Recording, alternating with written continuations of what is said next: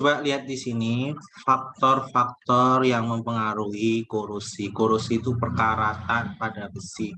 Proses korosi pada logam besi disebabkan oleh permukaan logam mempunyai kereaktifan yang berbeda-beda. Besi yang lebih reaktif akan mengalami reaksi oksidasi menghasilkan ion Fe2+. Reaksi oksidasi terjadi di anoda. Ini yang saya garis bawah ini. Elektron yang dihasilkan pada reaksi oksidasi akan bergerak menuju bagian logam yang kurang reaktif, yaitu bagian katoda. Sementara itu, ion yang terbentuk akan melapisi H2O. Di katoda, oksigen akan tereduksi. Reaksinya di anoda itu adalah besinya, Fe menjadi Fe2+. Terjadi oksidasi. Kemudian katodanya oksigen ditambah 6H2O, 12 elektron, 12O, terjadi reduksi.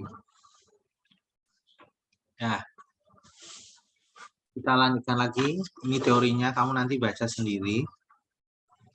Korosi dapat terjadi dari beberapa faktor. Faktor-faktor yang mempengaruhi terbentuknya karat pada logam adalah uap air atau air dan oksigen. Kemudian larutan elektrolit, misalnya asam, misalnya H2SO4, HCl, serta garam, misalnya NaCl, kontak dengan logam lain yang kurang aktif, serta zat larut yang dapat membentuk asam, merupakan faktor-faktor mempercepat korosi. Jadi faktor-faktor menyebabkan korosi itu adalah air, oksigen, larutan elektrolit, misalnya asam, ya, kemudian garam, ya. Selain dalam dipercepat, korosi juga dapat diperlambat dengan beberapa perlakuan. Misalnya memperlambat korosi adalah memasukkan besi dalam minyak, memasukkan besi dalam air yang telah dididihkan, dan pemberian kristal garam atau basa anhidrat. Minyak dapat memperlambat korosi besi karena minyak dapat mencegah besi bereaksi dengan udara dan air atau uap air. Air yang telah dididihkan dapat memperlambat korosi besi karena air yang telah dididihkan memiliki kandungan oksigen yang lebih sedikit dibanding air yang tidak dididihkan. Kristal garam atau basa anhidrat dapat digunakan untuk melambat korosi besi karena dapat mengikat uap air di udara sehingga udara menjadi kering. Contoh kristal garam anhidrat adalah kalsium anhidrat, hidroksi anhidrat. Kita lanjutkan lagi. Pencegahan korosi. Beberapa benda peralatan yang terbuat dari logam mudah mengalami korosi. Korosi dapat terjadi pada barang terbuat dari logam besi atau logam aluminium. Korosi dapat dicegah menggunakan beberapa cara, yaitu perlindungan mekanis. Perlindungan mekanis dilakukan agar permukaan logam tidak berhubungan dengan oksigen dan uap air. Perlindungan mekanis dilakukan menggunakan beberapa cara, antara lain pengecatan. Pengecatan itu contohnya bodi mobil. Melumuri dengan oli, ini contohnya adalah mesin. Membalut dengan plastik, contohnya alat rumah tangga, misalnya rak. Ya, tahu kan rak? Rak piring gitu. Ada yang modelnya dari bahan besi terus dilapisi plastik. Melapisi dengan seng, ini misalnya kaleng. Misalnya kaleng minuman, ya, untuk kaleng-kaleng itu dilapisi dengan seng, ya. Nah, kemudian melapisi dengan timah. Oh, ini salah, Ding. Yang seng itu bukan, ya. Yang timah itu kaleng, ya. Nanti kita lihat, ya. Membuat paduan logam.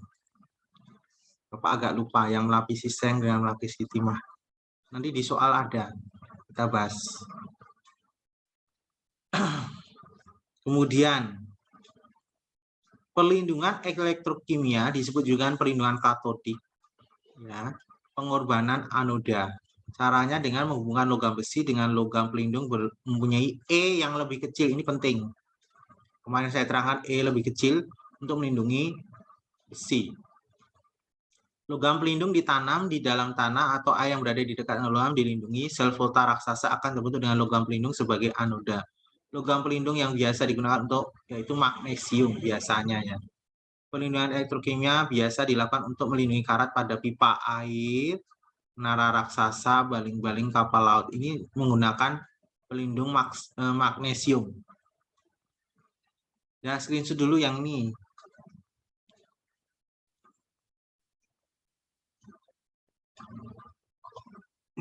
Kita lanjutkan lagi. Pencegahan korosi aluminium. Aluminium merupakan logam yang lebih aktif daripada besi, tapi lebih tahan terhadap karat. Aluminium yang berkarat akan membentuk aluminium oksida dengan cepat. Perkaratan akan segera terhenti setelah terbentuk lapisan oksida yang tipis. Lapisan tersebut melekat kuat pada permukaan logam, oleh karenanya logam di bawahnya akan terlindungi dari perkaratan lebih lanjut. Melalui elektrolisis, lapisan oksida tersebut dapat dipertebal. Proses ini dinamakan anodising. Aluminium hasil anodising digunakan untuk membuat perkakas dapur, rangka bangunan, kusen, jendela, bingkai. Sekarang belajar tentang deret volta. Deret volta dimulai dari Li, K, Ba, Sr, Ca, Na, La, Ce, Mg, Lu, Al, Mnh2O, Cr, Fe. Ini lihat di sini Fe-nya, Cd, Co, Ni dan seterusnya. Pbh ini. Logam pada deret volta dari kiri ke kanan. Dari kiri ke kanan bersifat mudah mengalami reduksi. Terus E-selnya makin besar. Sementara itu logam pada deret volta dari kanan ke kiri mengalami oksidasi dari ke sana, kebalikannya makin ke kiri itu mengalami oksidasi, ya, E-selnya makin kecil. Ya, screenshot dulu ini. Jadi untuk logam Fe, ya Fe itu kan besi, supaya bisa dilindungi supaya tidak mudah berkarat, dia harus menggunakan beberapa logam untuk sebagai pelapis. Syaratnya adalah sebagai pelapis itu E-selnya harus lebih kecil. Berarti lebih kecil itu yang letaknya di sebelah kiri. Bisa Cr, Zn, Mn, Al, Lu, Mg, Ce, La, Na, ya, dan sebagainya. Kalau dia CD, CO, Ni, Sn nggak bisa. Yang bisa melapisi itu Cr, Zn, Mn, Al, Lu, dan sebagainya. Mana ambil sana? Udah ya? Screenshot dulu. Kalau udah Bapak lanjut.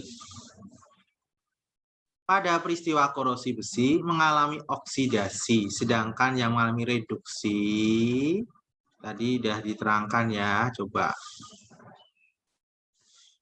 Ya. Di anoda reaksi oksidasi menghasilkan ion Fe. Jadi besinya ini terjadi oksidasi di anoda, sedangkan di katoda itu oksigen yang akan tereduksi. Jadi jawabannya oksigen. Yang mengalami reduksi adalah oksigen. D. Kemudian nomor 2, seng dipilih sebagai pelapis besi untuk mencegah terjadinya korosi karena ya. Coba di sini besi menjadi anoda. Ya. Salah.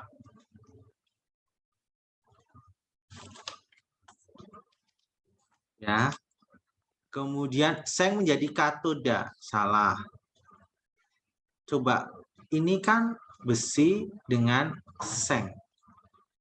Supaya sebagai pelapis, ya, supaya seng sebagai pelapis besi, E-selnya seng itu harus lebih kecil daripada E-selnya besi. Atau E-selnya besi lebih besar daripada E-selnya seng. Jadi coba cek. Harga E-selnya besi lebih besar. Betul. Jawabannya C. Silakan screenshot dulu.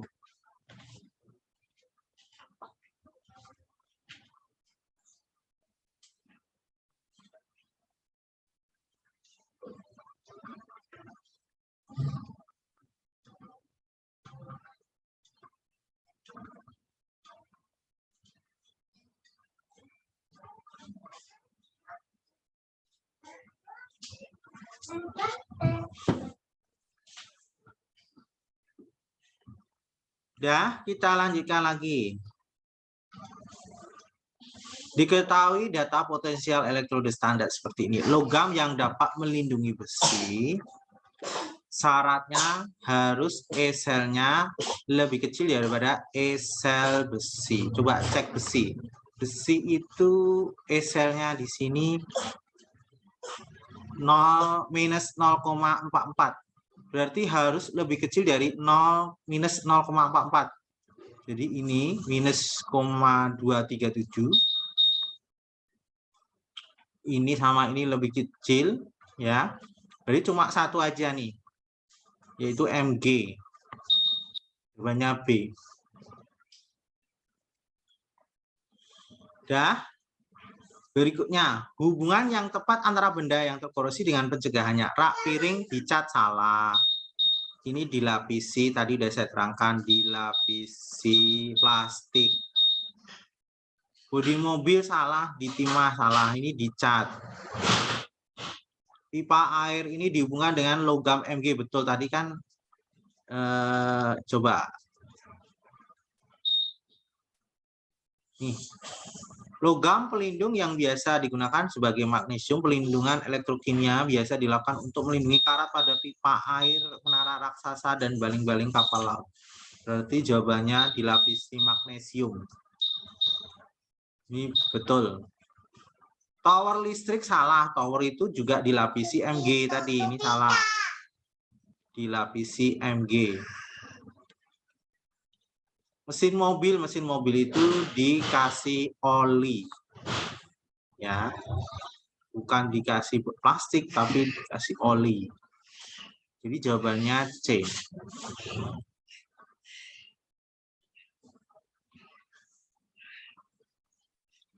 Udah?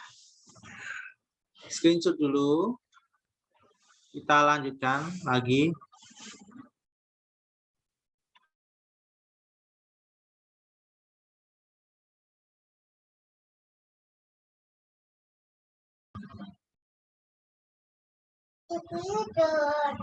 Nomor 5, perhatikan gambar percobaan korosi paku besi berikut. Di sini menggunakan logam Cu, di sini logam Mg, ini logam aluminium foil, berarti Al aluminium, kemudian ini Sn, kemudian ini Zn. Zn ya. Paku yang paling korosi paling cepat terdapat pada percobaan. Coba kita pakai deret volta. Saya ambil ini ya, deret voltanya.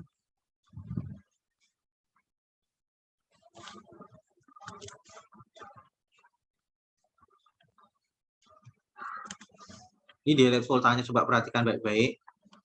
Yang bisa melapisi Fe itu harus di sebelah kirinya Fe. Yang bisa melapisi Fe ini deretan sebelah kirinya Fe. Ini bisa melapisi Fe karena E-nya makin E-selnya makin kecil. Sedangkan makin ke kanan E-sel makin besar. Jadi yang bisa melapisi Fe itu yang mana aja ya? Coba cek yang bisa melapisi besi untuk mencegah karat. Cu bisa nggak? Cu ada di deretan mana? Cu di sebelah kanan. Cu, Fe, Cd, Co, Ni, Sn, Pb, H, Sb, Bi, Cu. Berarti ini nggak bisa. Nggak bisa mencegah. Ya.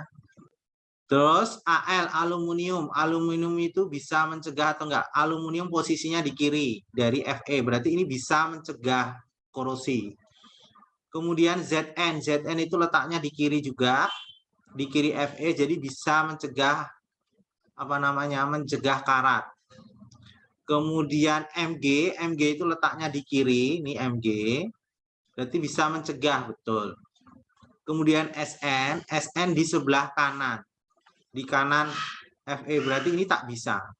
Jadi ada dua jawaban, tetapi mana yang paling cepat korosi? Yang paling cepat korosi itu kamu harus pilih E selnya yang paling besar.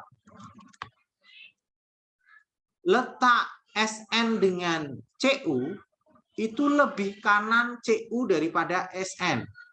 Sehingga E selnya ya Cu itu lebih besar daripada E selnya Sn. Coba saya ulangi lagi. Sn kan letaknya di kanan Fe. Cu juga di sebelah kanan Fe. Tetapi Cu ini lebih kanan daripada Sn. Sehingga E selnya Cu ini lebih besar daripada E selnya Sn. Meskipun sama-sama besar daripada Fe. Sehingga karena E selnya lebih besar, Cu ini paling cepat korosi. Jadi jawabannya 1. A. Terus nomor 6. Beberapa metode pencegahan korosi dalam kehidupan sehari-hari sebagai berikut. Pengecatan iya, melumuri oli iya, plastik iya, pelapis timah ya, krom. Metode yang tepat mencegah korosi pada stang sepeda itu pakai krom, di krom. Jawabannya E. 5. Screenshot dulu.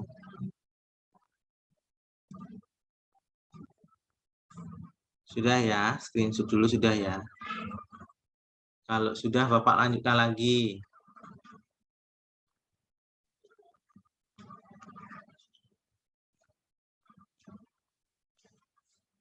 Pelapisan dengan timah menggunakan salah satu pencegahan korosi yang paling tepat digunakan. Oh, ini yang timah itu kaleng ya. Kaleng makanan. Jawabannya D. Kaleng itu kan kalau kamu beli minuman kaleng, dibuka dalamnya itu kan putih. Ya, putih. Putih itu bahannya dari timah. Dilapisi timah.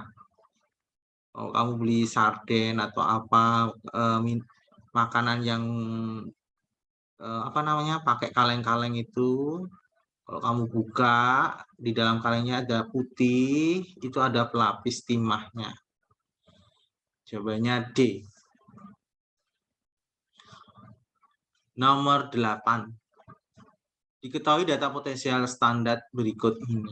Berdasarkan data tersebut, pasangan logam yang mencegah terjadinya korosi dari besi adalah sudah saya terangkan tadi. Untuk mencegah korosi besi, E selnya lebih kecil daripada E miliknya besi. Harus lebih kecil. Besi di sini minus 0,44. Jadi yang lebih kecil dari minus 0,44 itu yang mana? Yang ini sama ini, yaitu Al dan Zn. Jawabannya B. Dan screenshot dulu. Kemudian Bapak lanjutkan lagi soal berikutnya. Sudah di screenshot ya. Diketahui hasil percobaan tentang korosi besi berikut ini. Berdasarkan data tersebut, korosi besi dipengaruhi oleh, lihat gambarnya ya. Di gambar pertama ada air, paku besi, udara. Berarti kalau dilihat gambar ini ada oksigennya. Udaranya ini mengandung oksigen, kemudian air. Yang kedua, paku besi ada larutan asam sulfat, ya, asam, larutan asam. Terus yang kedua ditutup, ya, ditutup. Yang kedua ditutup paku besi, kalsium klorida anhidrat, ini mencegah korosi. Kalau ini mencegah korosi. Ini ditutup, terus dikasih air mendidih, mencegah korosi. Dari gambar nomor yang pertama dan kedua, ini nanti terjadi karat, ada karat, ada karat. Di sini faktornya apa? Jadi kesimpulannya ada udara. Ya, kalau di gambar ini ada faktor korosinya adalah oksigen, air, dan satunya adalah larutan asam. Larutan H2SO4. Nah, jawabannya 3 ini sebenarnya. Tapi di sini air betul, oksigen juga betul. Cuma ini harus lengkap seharusnya. Air, oksigen, ya ini juga betul, ini juga betul. Tapi di antara dua ini, di antara 4 ini, yang paling tepat, karena di antara percobaan ini, saya anggap percobaan 1, ini percobaan 2. Percobaan 2 paling cepat berkarat. Baru percobaan 1. Dibanding percobaan 1. Percobaan 1 itu di udara, kemudian ada airnya, itu pasti berkarat. Tetapi kalau ditambah asam, dia lebih cepat berkarat. Ya. Jadi faktornya ini, Bapak lebih cenderung saya pilih yang D. Sebenarnya C juga betul, tapi lebih cenderung ke harus ada asam sulfatnya. Karena ini menyebabkan korosi lebih cepat. Ya. Kalau asam sulfat harus tepatnya ada 3 ini sebenarnya. Karena dia ada udara, ada air, ada asam sulfatnya. Tapi di antara pilihan A, B, C, D, saya harus ada munculkan asam sulfat. Ini wajib harus ada, karena ini paling cepat menyebabkan korosi. Tinggal sisanya pasangannya apa? Boleh oksigen, boleh air. Jawabannya saya ambil D saja ya.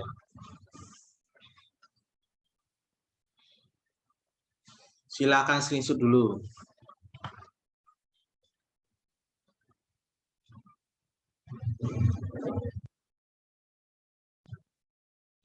Nomor 10.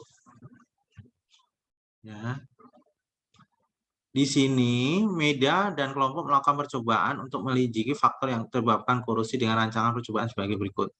Ini paku besi dililit Mg, tetapi ini ada udaranya, terbuka.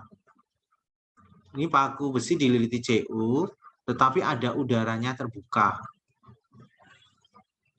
Kemudian paku besi minyak tanah. Nah, ini minyak tanah dilapisi minyak. Ini lebih cenderung mencegah. Kemudian yang keempat, percobaan 4, air yang sudah dididihkan, 2 tetes phenolphthalein, ini berarti ini mencegah korosi. Yang kelima ada senyawa anhidratnya, berarti ini mencegah korosi. Kemudian yang keenam, udara ditutup, air dan 2 tetes indikator phenolphthalein. Indikator phenolphthalein bentuk warna merah muda jika terdapat ion OH-. CaCl anhidrat merupakan zat yang bersifat hidroskopis menyerap air, jadi ini mencegah. Air yang sudah dididihkan kehilangan oksigen terlarut, berarti mencegah.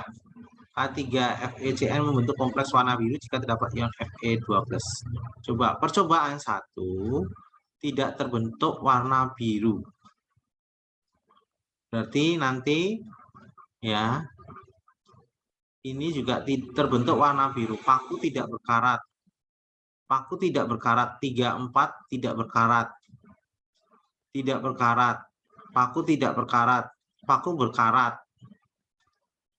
Jadi faktornya ini lebih cenderung ya dari pernyataan ini semuanya, faktor utama ya balikin ke asalnya tadi. Ya. Menyebabkan berkarat itu gas oksigen dan uap air. Jadi Bapak pilih yang C. Meskipun kalimatnya panjang-panjang, tapi ujung-ujungnya apa?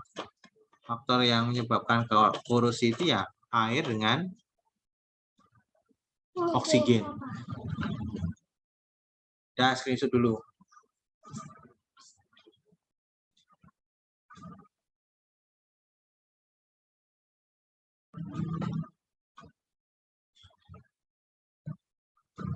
Kalau sudah, Bapak lanjutkan lagi. Ini Bapak ambil soal uraian di PH, penilaian harian. Di soal nomor 4 ini ada kesalahan soalnya. Di sini ASO2-. Ini kurang tepat. Yang betul saya tulis ya. Ini itu ASO2-. Jadi saya tulis saja dulu ASO2- ditambah OH- ditambah BR2, ini Bapak nggak kasih koefisiennya, biarkan saja, menjadi ASO4 3- ditambah H2O ditambah BR-. Nah, kita cek dulu. Ya, ini totalnya -1. O itu -2 kalikan 2 jadi -4. Berarti ini positif 3. Ini nggak usah ya. OH itu saya biarkan saja. BR2 itu 0 diri sendiri. Kemudian ASO4 3-. Totalnya -3. O itu -2 kalikan 4 jadi -8. Jadi AS-nya positif 5. Kemudian ini BR-nya -1. Tapi kita cek, di sini BR-nya ada 2, ini BR-nya cuma 1. Berarti ini saya kali 2. Sehingga min-nya jadi bukan -1 lagi, tapi -2. Yang kita lihat -2-nya. Karena kalikan 2. Terus, di sini, ini positif 3 menjadi positif 5. Ya. Berarti naik berapa? Naik 2. Ini O 0 menjadi -2, berarti turun berapa? Turun 2. Berarti KPK-nya berapa? KPK-nya ya sama, kali 1 kali 1. Tidak berubah. Ya. Jadinya saya tulis ulang, ini menyetarakan ya.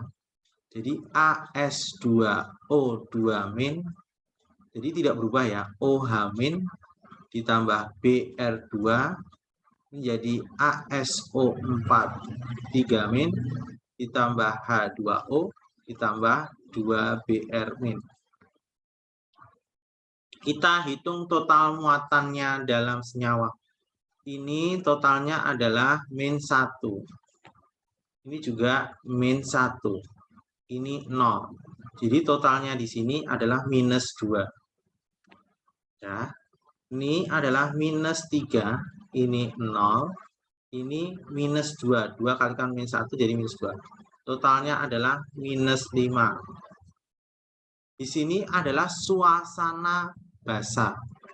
Berarti kalau suasana basah ditambah OH-. OH- itu -1. Berarti ada selisih di sebelah kiri totalnya -2, di sebelah kanan -5. Berarti saya tambah minus sebelah mana biar ruas kiri dan ruas kanan sama. Berarti ini saya tambah OH- sebanyak 3. Jadi ini jadinya -3. -3 tambah -2 jadi -5. Sama dengan ruas kanan. Jadi ruas kiri saya tambah 3 OH-. Ya. Jadi saya tulis AS2O2